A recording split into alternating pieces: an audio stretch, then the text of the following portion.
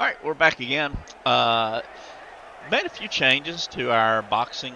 Um, we were using main event boxing by Downey Games. Now switched that over to Ultra Quick because all we're really using is the ratings that they use. So I'll try to give you a short explanation for what we're doing. So the reason behind all that is main event uses letter grades, number grades. Sometimes the number is high is good, sometimes low is good.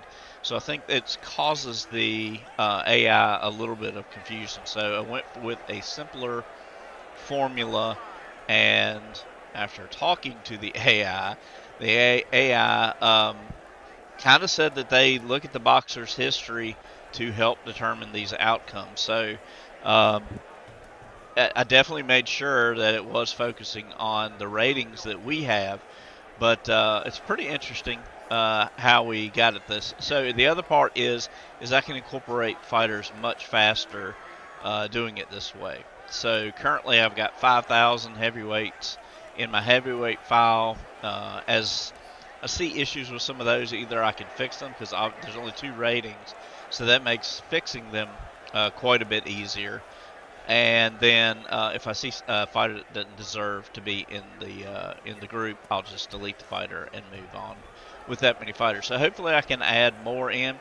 So let's jump into this. What we're doing today. So today, my goal is to do almost like a week of boxing in a day. I'm sure that won't last forever, but for now, I like the idea of doing a noon boxing event, a later evening boxing event, maybe with with like a pretty good main event, and then like a major card, either every couple of days or uh, every evening, maybe even going live. I'm not sure what a schedule would be, but that would have really big matchups and some guys from earlier. But let's jump into this. This is our first bout, which might be kind of the best matchup on the card. But let's get into it. See how this goes. Shannon Briggs, Jose Urtain. And this is like a USA fight All right, card. let's get ready for fight number one. This bout features Shannon Briggs in the red corner taking on Jose Urtain in the blue corner. Let me break down the tale of the tape and set the scene for this heavyweight clash. Shannon Briggs comes in with a record of 13 wins, no losses, with 10 of those wins by knockout. He's known for his punching power, rated 4 out of 4 in that department. His overall skill rating is 2694. In the blue corner, we have Jose Urtain, also undefeated at 12-0 with 4 knockouts. His power rating is lower at 1 out of 4, and his overall skill rating is 2463. Based on these ratings, Briggs looks to be the favorite with a significant edge in power and overall skill. However, Urtain's undefeated record suggests he shouldn't be underestimated. The atmosphere here at the Cow Palace in San Francisco is electric as both fighters make their way to the ring. Briggs is wearing black trunks with gold trim, while Urtain sports white trunks with red trim. The crowd seems to be slightly favoring Briggs, but there's a good contingent of Urtain supporters making their presence known as well. Both fighters look focused and determined as they receive final instructions from their corners. The referee calls them to the center of the ring for final instructions. We're just moments away from the opening bell. This should be an exciting heavyweight contest. Could you give me a little history on the two fighters before we start the fight?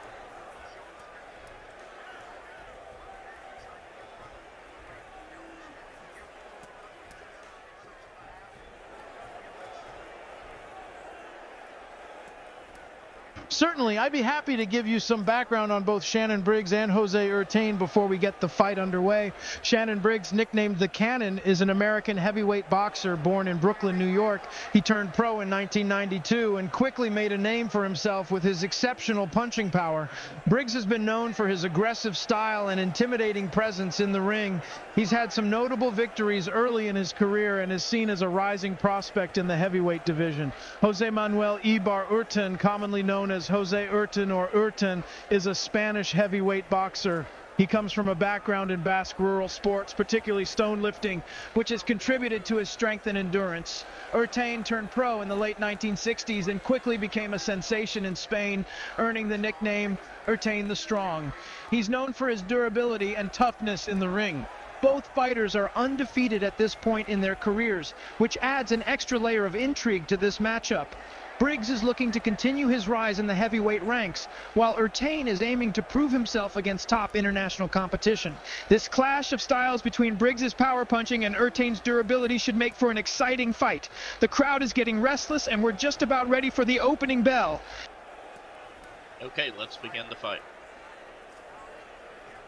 So, yesterday I had some issues getting this to work, so I don't know if occasionally maybe they make updates and break things, but it's one of the reasons that I'm not live. All right, let's get this fight underway. The bell rings and we're off for round one. Round one, Briggs comes out aggressively, looking to establish his jab early. He's bouncing on his toes, showing good movement for a heavyweight.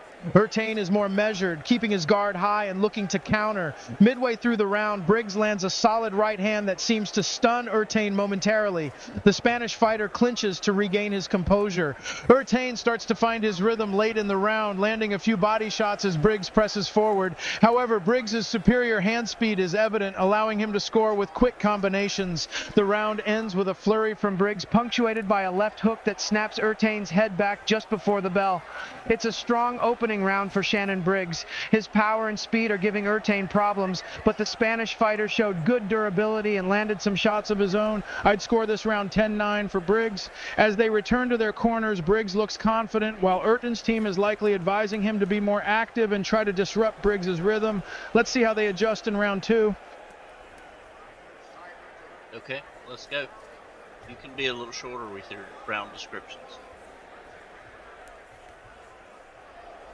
See if you notice the delay in response is a little bit more in the last day or so than it was previously. But anyway, I'm figuring it out. And Understood. I'll keep the round descriptions more concise. Here we go with round two.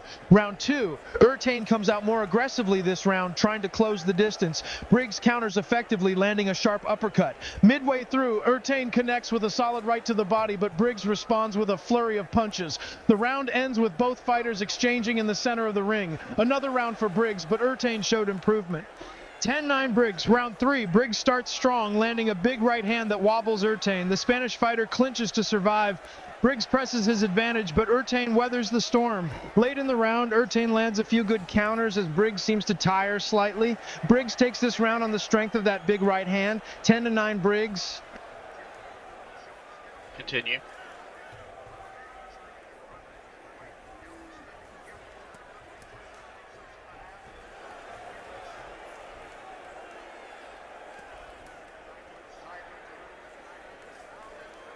Round four, Ertain finds his rhythm, working behind a steady jab. Briggs looks a bit frustrated, missing some wild swings. Ertain lands a solid combination midway through. Briggs rallies late, but it's not enough. First round for Ertain, 10-9 Ertain. Round five, Briggs comes out reinvigorated, landing heavy shots. Ertain's durability is on full display as he absorbs punishment. A big left hook from Briggs staggers Ertain, but he stays upright. Ertain fires back in the last minute, keeping it competitive. Clear round for Briggs, 10-9 Briggs. Round six, both fighters trading heavy leather. Briggs lands the cleaner shots, but Ertain's relentless pressure is causing problems. A clash of heads opens a cut over Briggs' right eye. Ertain capitalizes, finishing strong. Close round, but edge to Ertain. 10-9 Ertain. Okay, continue. No need to stop between rounds.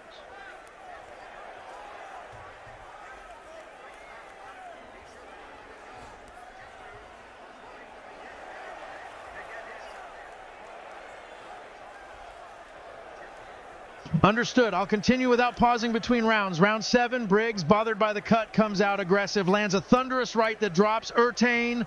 Ertain beats the count but looks shaky. Briggs presses landing combinations. Ertain survives but takes heavy damage. 10-8 Briggs. Round eight, Ertain shows heart, coming back strong. He crowds Briggs, landing short shots inside. Briggs struggles with the pressure, can't get his punches off. Ertain's best round yet. 10-9 Ertain. Round nine, Briggs reasserts control using his jab jab to keep Ertain at bay, lands several power shots, reopening a cut on Ertain's cheek. Ertain can't get inside effectively. Clear round for Briggs, 10-9 Briggs, round 10. Both men showing fatigue. Briggs lands the cleaner punches, but Ertain won't back down, trading shots in the center of the ring. Briggs rocks Ertain in the final seconds, but can't finish him. 10-9 Briggs, round 11. Ertain makes a last stand, swarming Briggs with punches. Briggs looks tired, mostly covering up. Ertain's relentless attack pays off, stunning Briggs late. 10-9 Ertain. Round 12, final round is a slugfest. Both men emptying their tanks. Briggs lands the more telling blows, but Ertain's constant pressure impresses. They're trading shots as the final bell rings. What a fight. We'll now await the judges' scorecards. It looks like Briggs may have done enough to win, but Ertain certainly made it competitive. Okay, judges' scorecards first.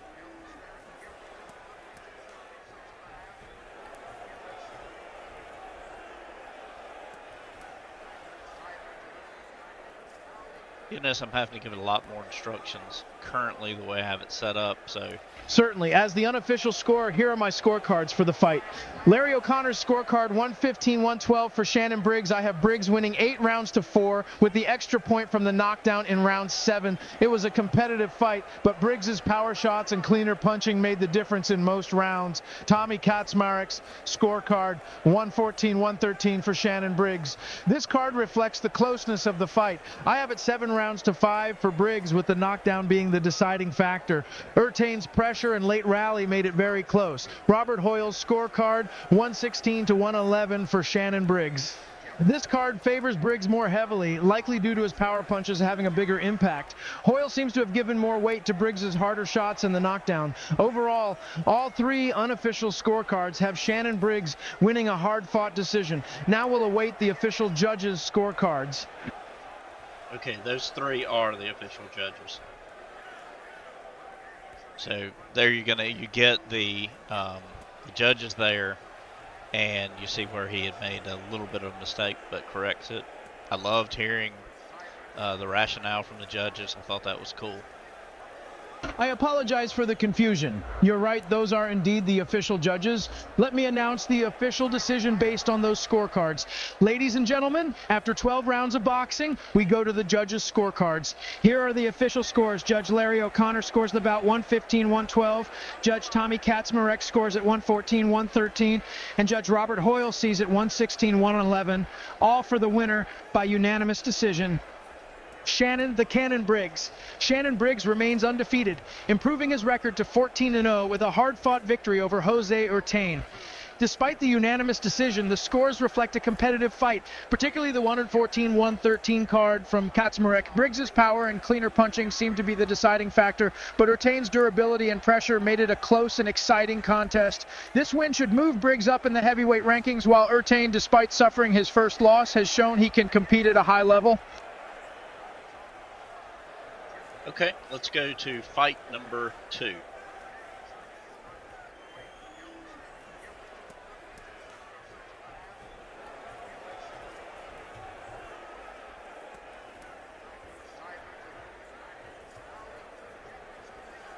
All right, let's move on to our second fight of the night. This bout features Aaron Eastling in the red corner facing off against Luis Firpo in the blue corner.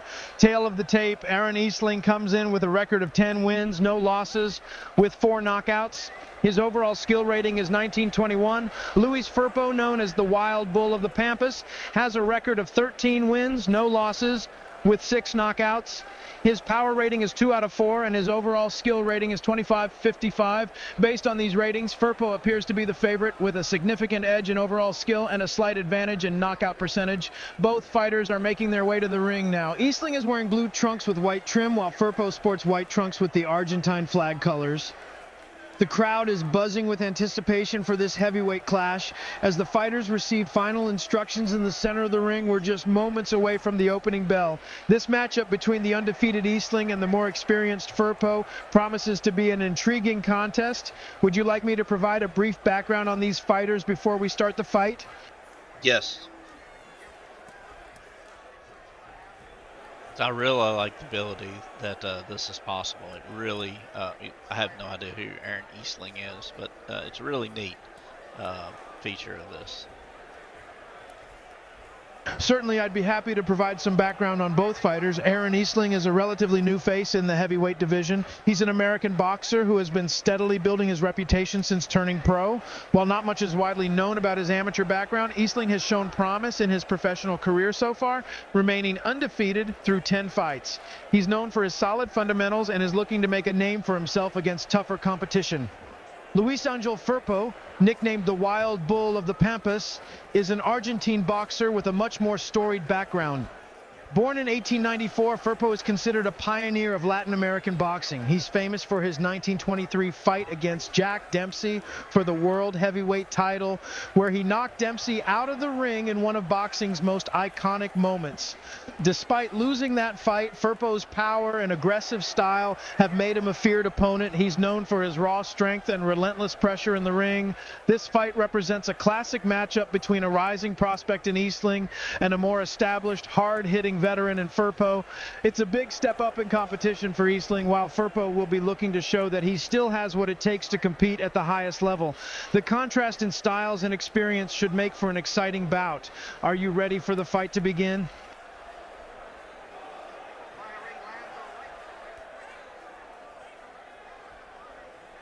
Based on the fighters' ratings and records, I'll provide an estimate of the Vegas odds and winning percentage for Luis Firpo. Vegas odds. Luis Firpo would likely be favored in this fight. The odds might look something like Luis Firpo to 250, meaning you'd need to bet $250 to win $100. Aaron Eastling plus 200, meaning a $100 bet would win you $200. Winning percentage for Luis Firpo, given Firpo's higher overall skill rating, 25-55 versus Eastling's 19-21, we can estimate his winning percentage to be around 70 to 75%. It's important to note that these are estimates based on the limited information we have. In boxing, anything can happen, especially with two undefeated fighters. Eastling, despite being the underdog, still has a realistic chance of pulling off an upset. Shall we begin the fight? Let's begin the fight. But Firpo's power is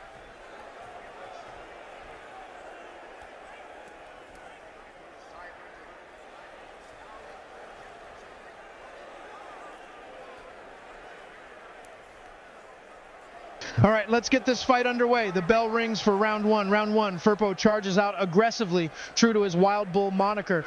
Eastling looks to establish his jab, circling away from Firpo's power. Midway through, Firpo lands a heavy right that staggers Eastling. The American clinches to recover. Eastling finishes strong with quick combinations, but Firpo's power is evident. 10-9 Firpo. Round two, Eastling adjusts, using lateral movement to frustrate Firpo. He's landing his jab consistently. Firpo bull rushes, pinning Eastling on the ropes and landing some solid body shots. Eastling escapes and resumes his stick and move strategy. Close round, but 10-9 Eastling. Round three, Firpo comes out swinging, catching Eastling with a left hook. Eastling wobbles but stays up. He's hurt, and Firpo presses the advantage, landing several power punches. Eastling survives but takes significant damage. Clear round for Firpo, 10-9. Round four, Eastling boxes smartly, keeping his distance. Firpo seems frustrated, missing wild swings. Eastling's jab is finding its mark consistently. Late in the round, Firpo lands a hard right to the body, but Eastling takes it well. 10-9 Eastling. The fight is heating up. Should I continue with the next rounds?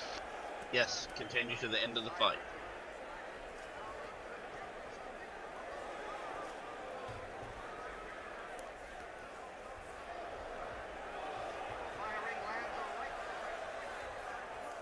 Understood. I'll continue to the end of the fight without pausing. Round five, Firpo Bull rushes again, cornering Eastling, lands several heavy shots. Eastling covers up, then counters with a sharp uppercut. Firpo shakes it off, keeps pressing. Eastling's eye starting to swell. 10-9 Firpo. Round six, Eastling boxes beautifully, using footwork to avoid Firpo's power, lands crisp combinations. Firpo looking frustrated, can't cut off the ring effectively. Eastling's round.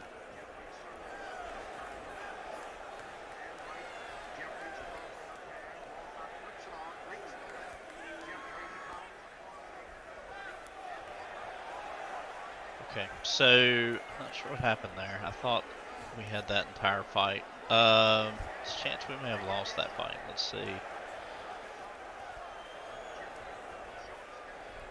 We may have ended up starting that one over. Let's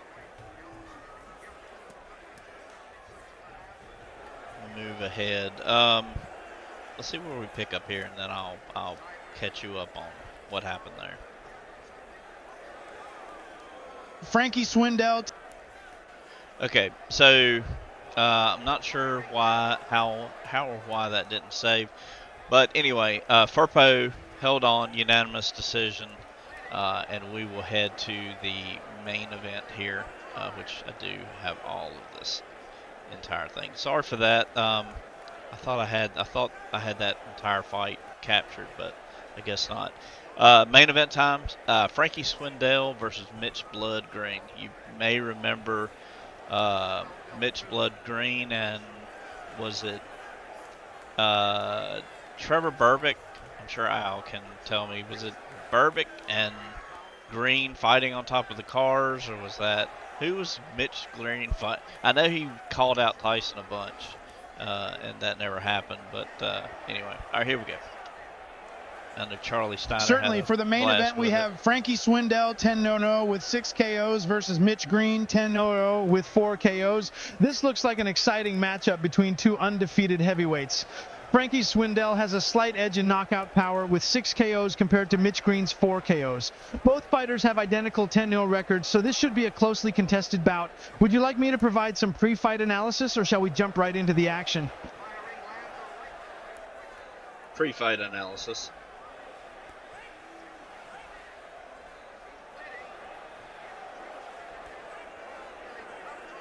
Certainly, let's break down this main event matchup between Frankie Swindell and Mitch Green. Pre-fight analysis 1 records. Both fighters come in with perfect 10-0 records, setting the stage for an exciting clash of undefeated prospects. 2, knockout power. Frankie Swindell has a slight edge here with 6 KOs compared to Green's 4. This suggests Swindell may have more one-punch knockout power. 3, experience. With both having 10 professional fights, they seem evenly matched in terms of experience. 4, styles. Swindell, nicknamed the Tennessee Stud, likely brings a more aggressive, power-punching style given his higher KO ratio. Green, known as Blood, might be more of a technical boxer who relies on skills and endurance to win decisions. 5, intangibles. Both fighters are undefeated, so their confidence should be high. The mental aspect of facing another unbeaten fighter could play a significant role. 6, prediction. Given Swindell's higher knockout percentage, he might be considered a slight favorite. However, Green's ability to go the distance in more fights suggests he could have an edge if the fight goes to the later rounds. The odds for this fight are close, with Swindell being a slight 120 favorite and Green at plus 100. This main event has all the makings of a thrilling heavyweight contest that could go either way. The contrast in styles between Swindell's power and Green's potential technical edge sets up an intriguing tactical battle. Would you like me to set the scene for the fight, or do you have any questions about the pre-fight analysis? Set the scene and start the fight. Certainly,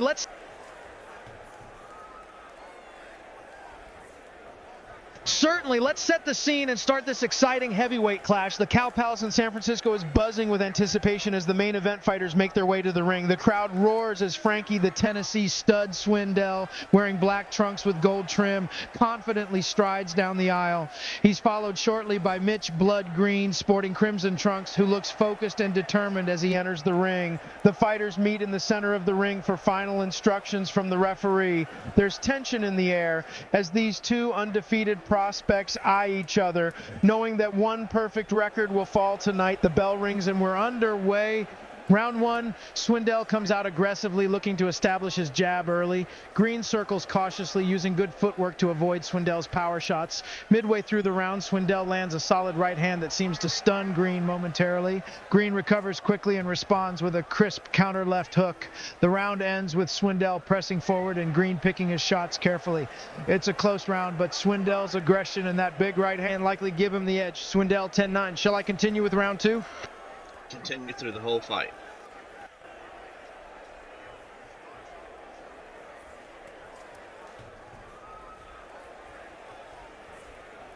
Certainly. I'll take you through the entire fight, round by round. Round 2, Green adjusts his strategy, using his jab more effectively to keep Swindell at bay.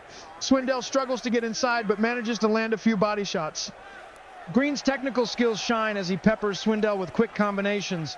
The round ends with Green landing a sharp uppercut. Green 10-9, even on scorecards. Round 3, Swindell comes out with renewed aggression, backing Green up against the ropes. He lands a thunderous overhand right that wobbles Green. Swindell presses his advantage, unleashing a flurry of punches. Green covers up well, but is clearly hurt. He manages to clinch and survive the round, but it's all Swindell. Swindell 10-9. Swindell leads 29-28. Round 4, Green recovers well between rounds and starts boxing smartly, using his jab and movement to frustrate Swindell. Swindell looks for another big shot, but often comes up short. Green lands several clean counter punches. Green 10-9, even on scorecards 38-38. Round 5, the pace slows as both fighters show respect for each other's power. Swindell lands some good body shots while Green finds success with his jab. It's a close, tactical round with neither fighter gaining a clear advantage. Even round 10-10, still even overall 48-48.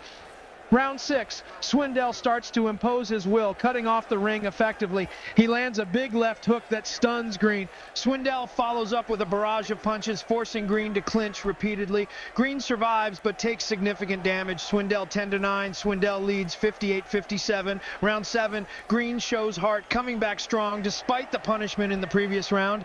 He boxes beautifully, landing crisp combinations and avoiding Swindell's power shots. Swindell looks frustrated as the round progresses. Green 10-9, even again 67-67. Round 8, both fighters, sensing the fight is close, increase their output. Swindell lands some heavy body shots while Green counters with quick combinations upstairs. It's another close round, but Swindell's power shots seem to have more impact. Swindell 10-9. Swindell leads 77-76. Round 9, Green starts strong, using his jab effectively. However, midway through the round, Swindell lands a crushing right hand that drops Green. Green beats the count but looks shaky. Swindell presses for the finish, but Green clinches and survives to hear the bell. Swindell 10-8. Swindell extends his lead 87-84. Round 10, Green, knowing he needs a knockout, comes out swinging. Swindell, confident with his lead, boxes cautiously. Green lands some good shots but can't find the knockout punch. Swindell weathers the storm and even lands some counter punches of his own. Green 10-9, but it's not enough. Final scorecards 96-94, 96-93, 97-92, all for Frankie Swindell. Frankie, the Tennessee stud Swindell, wins by unanimous decision, improving his record to 11-0 while handing Mitch Blood Green his first professional loss. It was a thrilling contest that showcased Swindell's power and Green's technical skills. The knockdown in the 9th round proved to be the decisive moment in an otherwise closely contested fight. So, okay, thanks, Barry. We'll see you next time. Sure how this ended. Let me see.